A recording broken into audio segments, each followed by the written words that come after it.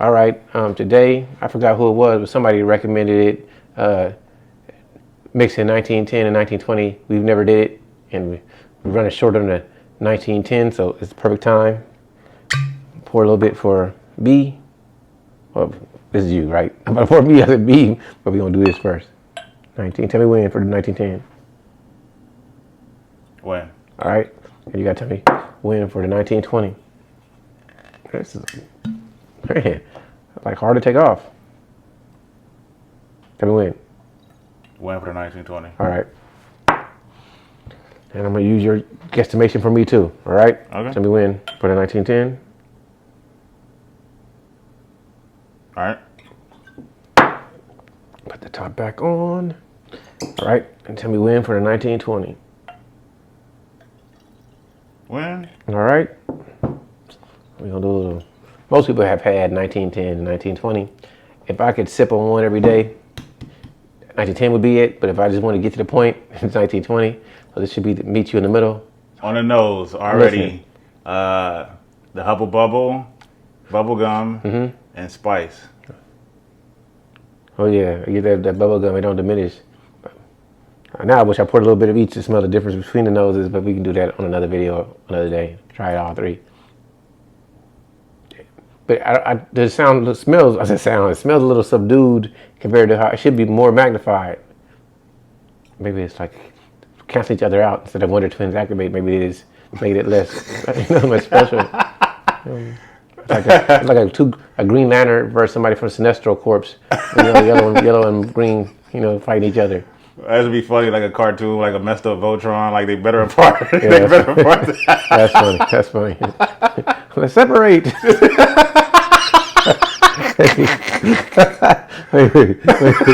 It's not working. That was funny. That was funny. That was funny. Yeah, that smells good though. Still, you ain't losing that Brown-Forman bubblegum smell. You ain't losing it. Yeah, because yeah, it's still that commercial. I just think about the cowboy. Yeah, but you understand. Sometimes it'd be like it's more intense when it's separated. Yeah. Like that's weird to me, but I still smell it. It's like the bubble gum.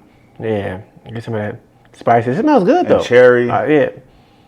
Yeah, I get it. It smells good. The spices, the bubble gum. Yeah, man. It smells like dessert. Cheers. Let's go in.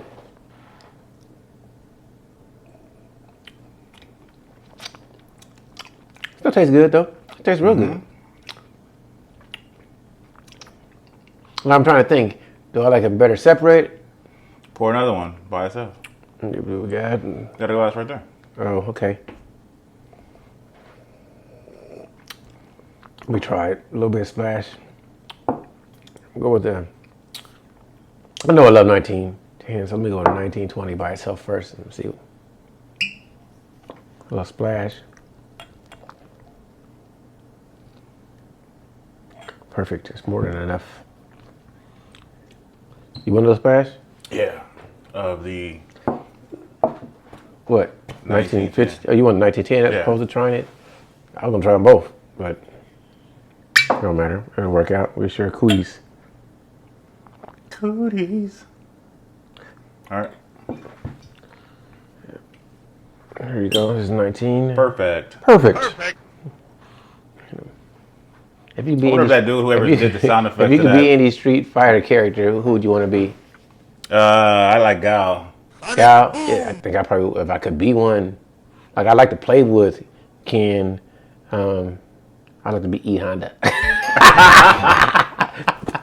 Yeah, Fat Buddy. I'm joking. Right. Yeah, I did like Ken too. Chop, what's the one? Chop. Oh. Better separate? I'm about to try it.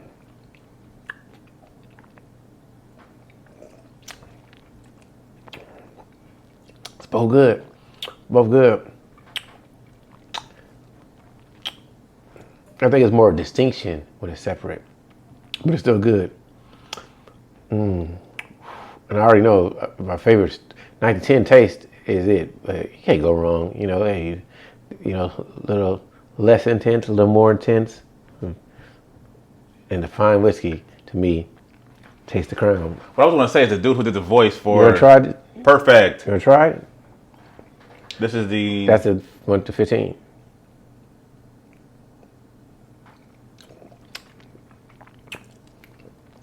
Whoa. Intense, right? Yeah. Compared to the mixture and compared to 1910. 1910 is a daily sipper. Yeah, 1920. Woohoo! So I get it. I would rather drink them separate. Mixing it is not bad. So if you want to just pour a little bit of the 1920 into the 1910, but 1910 by itself is probably the better everyday drinker. You know, it works like that. You want to just relax. The mixture is in between a little bit more, but some of the flavor of the 1910 is gone, and then you just want to just get to the point.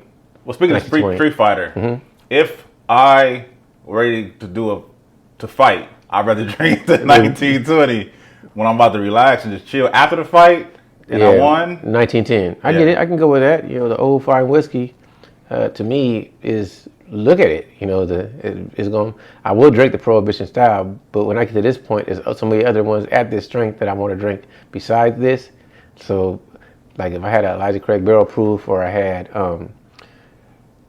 even a Still Austin, or if I had even it was way more up in the price, the Carbon Cash, I would probably drink that. Yeah, because they're the same price in the $50 range, right? Well, no, the Carbon Cash is $99. Oh, okay. But the Still Austin is like usually $50.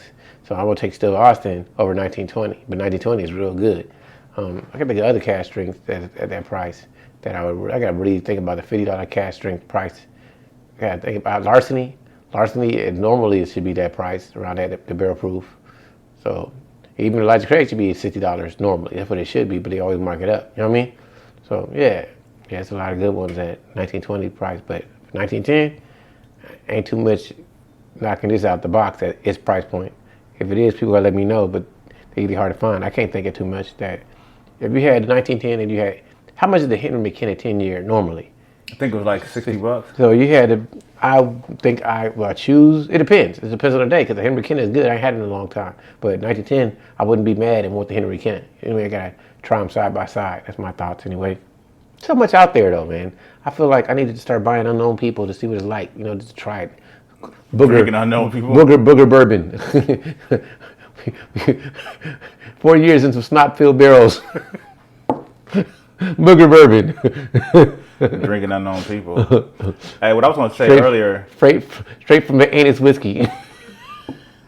We farted like 5 times in some Virgin Oak barrels. Virgin Oak barrel. You use farts, so you know what the virgin we talking about.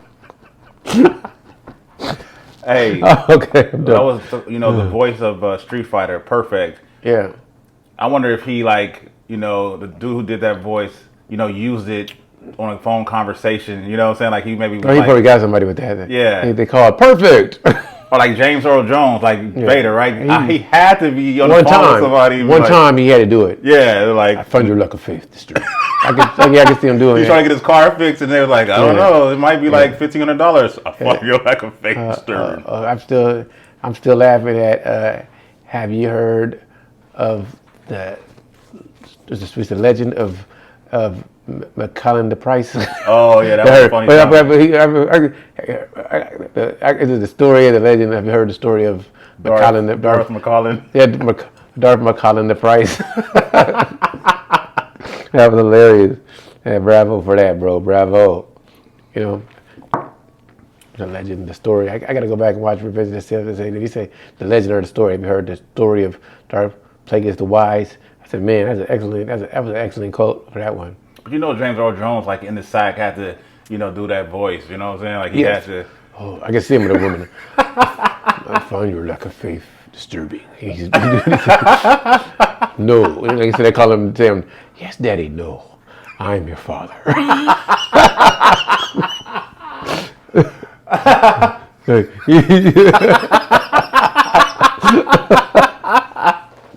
And then that when he pops, he's like, no. Yeah, no. I'm not going there with you. But in the movie, he doesn't say, no, I'm your father. He says, I'm your father. Because he says, everyone ever told you what happened to your father? Yeah, he told me you killed him. I am your father. I'm your father. I'm your father. Yes. Something like that I can forget. Anyway, cheers, people. We're about to go back to drinking the bubble gum. All right, everybody have a great day. Take care.